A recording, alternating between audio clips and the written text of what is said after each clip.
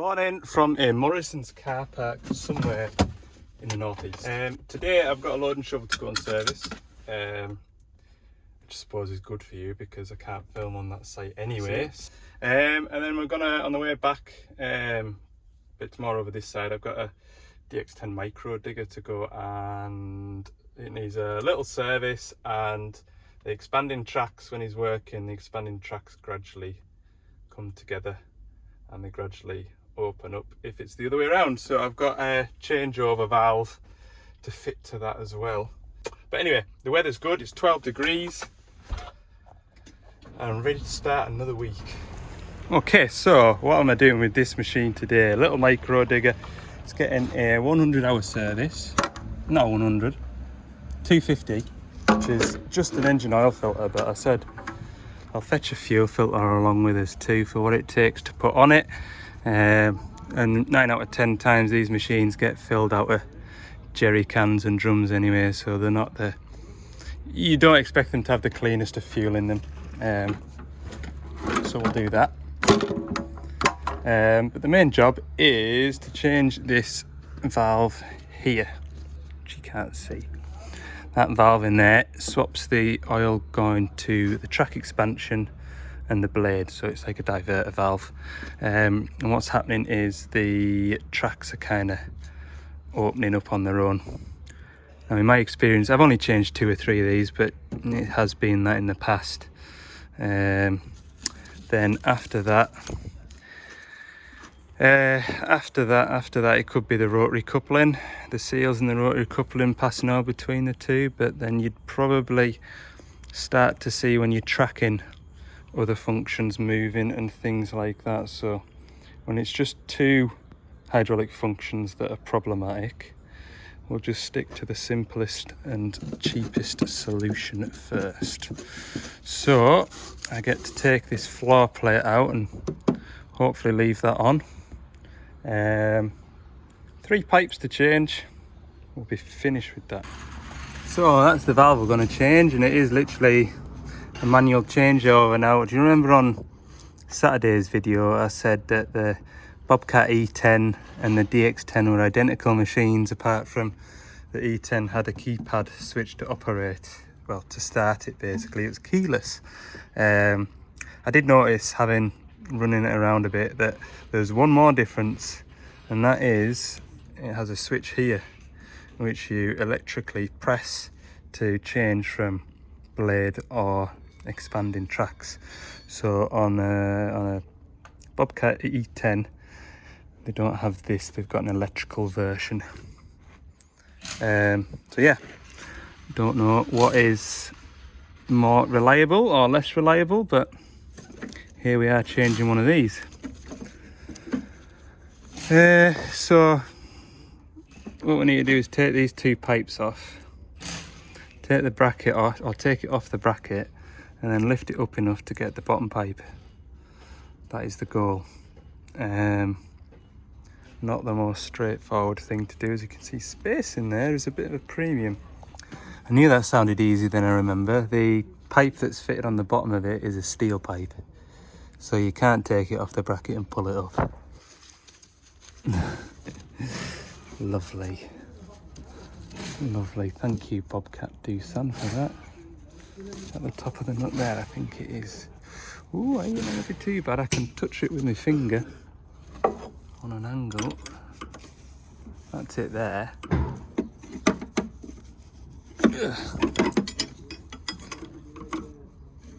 A few of you said as well about me filler neck on that slew motor. I should have used crow's foot to disconnect it or turn it so I could get my long Allen bolts out.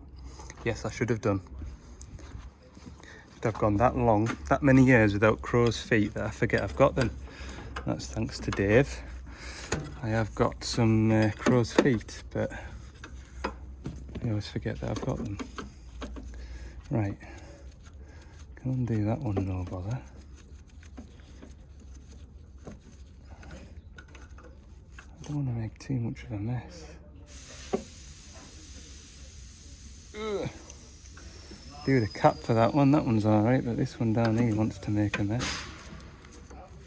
No, it doesn't if I leave it up there. Right, couple of 13s.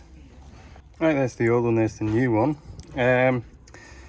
So what I need to do is swap the fittings. This one here is especially critical for getting the right angle so I can get it started back on that metal pipe. I also dropped a nut and I managed to spot it and I managed to pick it out, and then at the last second I dropped it and I can't find it anymore. So I found an identical one, which is a winner.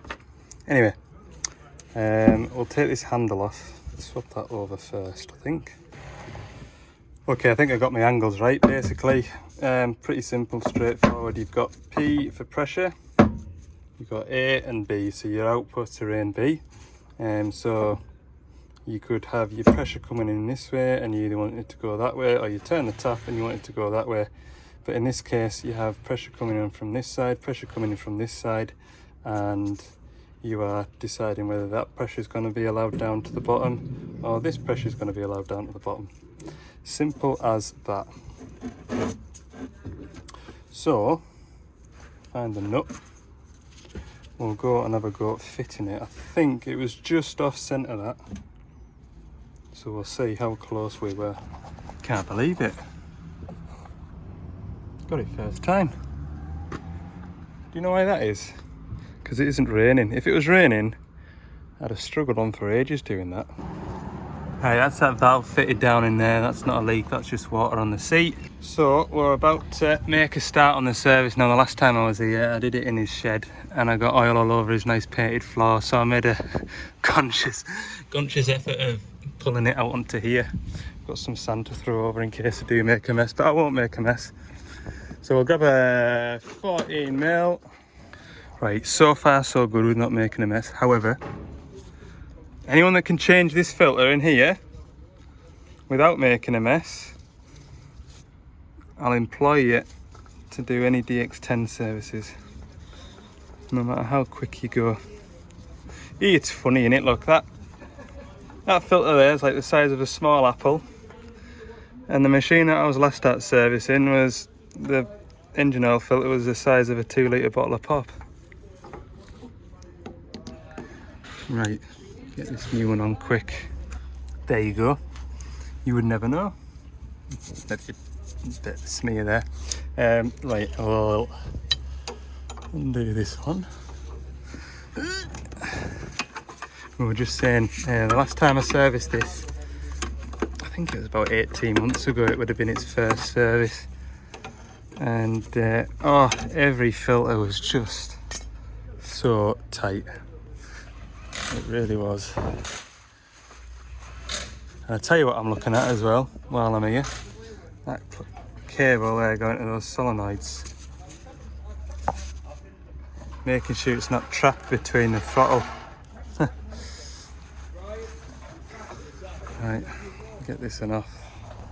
Right, that's the digger serviced. I did go to change the final drives, but when I took the level bung out, the oil was as new as the day it went in, so we're all right there. Tell you what, it's a tight little unit though, isn't it? Look, 21 plate, so it's 3-year-old. Pretty sure it's the same age as the one that I've got in the workshop at the moment. Tight as a drum. Right, we'll pack up and just as well I finished the service as well, because that's the last, well, I was going to say clean rag, it isn't anymore, but that's the last rag that I've got on the van now. Forgot to stock up. Okay, it's 20 to 4. It's an hour and a half back through to Carlisle. I might just go and steal an hour in the workshop on that micro digger just to keep that going. Look what I found in my pocket, a pair of needle nose pliers that will go through my washing machine. I think that's what I'll do. Go on, I'm going to go on another DX10. Right, 20 past 5. The rain's back on again. But thankfully, my digger's inside. Give it some heat. What I'm going to do is I'm going to make a start on pinning and bushing this. But I want this blade out my way because it's going to be in the way. So I need to swivel the track frame round so I've got space underneath here to get the pins and bushes out of there and the bottom one. I've got the locking bolt and washer out, and that should come out of there with a bit of gentle encouragement. I'll just get the bottom one out. It's exactly the same mirror image on that side to that side. Yeah, and then we'll get this piece stretched away from here. Enough anyway, so I can get a jack in. I'll show you when I do the job. Okay, so we've got the weight of the boom with the crane. What are you going to call that? Strong arm. We'll see how strong it is. Next, what I'm going to do is I'm going to use this foot pedal and that ram to push this whole section away from the machine. So as I push down on this, which way am I going to push it? That way. Push that down that way. That ram's going to extend out. And as I do so, I'll just track back ever so slowly. And hopefully we don't hear any crashing sounds. Then I've got a axle stand, which I'll then sit everything onto just for safety.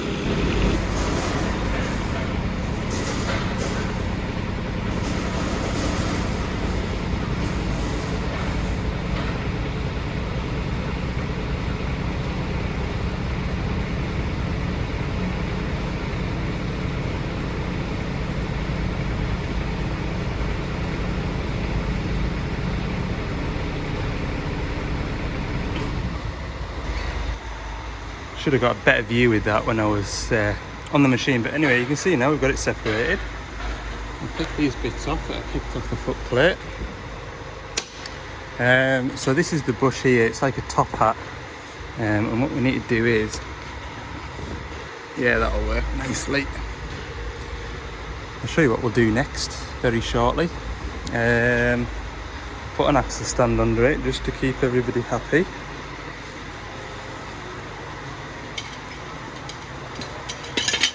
Somewhere like that. There. Oh look, the hole's right in the right spot, look. So you can see what I mean now with it being like a top hat. You might put that on a little... Anyway, that's what we'll look like. That's what we want to replace. So what I need to do now is go and find a socket that is just ever so slightly narrower than that. We'll put the socket in here.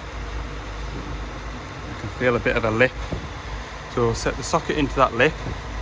I've got an axle, I've got a bottle jack that will extend out and put up through that hole at the bottom, and we'll jack this top one out first. The top one's hard to get out, and I think the bottom one's easier because you can use a big hammer.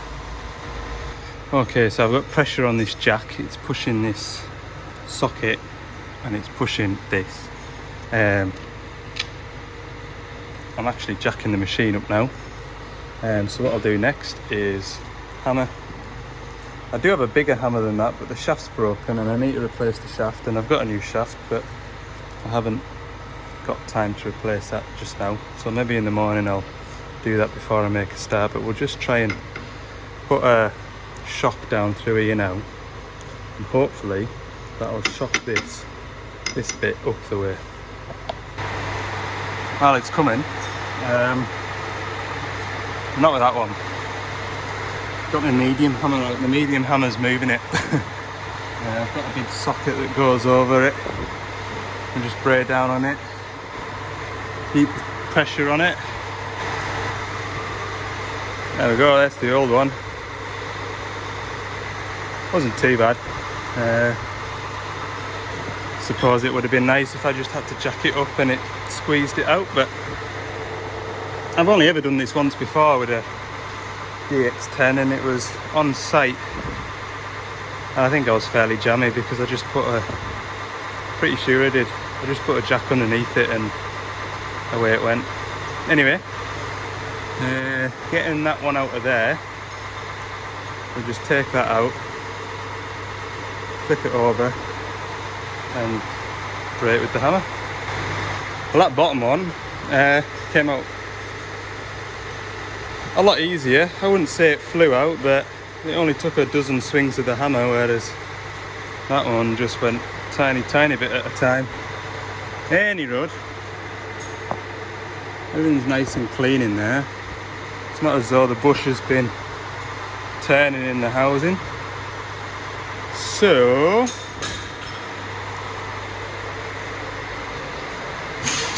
get the new ones fired in.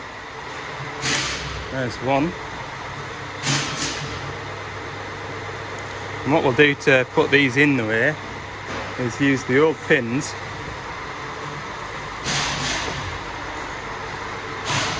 Just take the grease nipple out of that and then use that as a drift, hopefully. See what I'm saying? That'll hammer it down nice and even and square, which it is at the moment. So I've just set it off with this one, but 3 or 4 hits of that one, it'll be golden.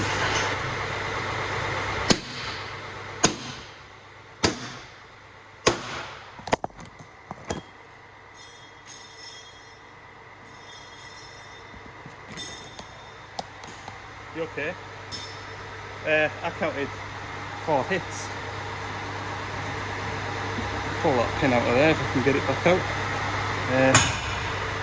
And then with the bottom one, we'll do the same as what we did with the top one, if that makes sense. Only I'll just keep that pin in there actually, and I'll just batter down on the pin.